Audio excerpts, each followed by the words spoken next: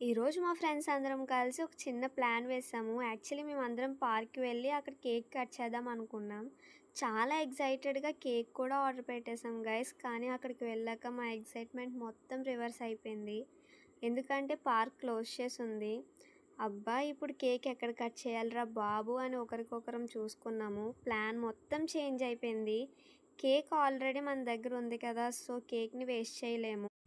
ఇంక మేము చేసేదేమీ లేక కేక్ పెట్టుకొని అలాగే నడుచుకుంటూ వెళ్ళిపోయాం. పార్క్‌లో పీస్‌ఫుల్‌గా కట్ చేయాల్సిన కేక్ ఎక్కడో బయట రోడ్ పైన కట్ చేసాము ఫైనల్‌గా. అయినా ఫ్రెండ్స్‌తో ఉన్నప్పుడు ప్లేస్ ఇంపార్టెంట్ కాదు కదా! ఫన్ ఉంటే చాలు.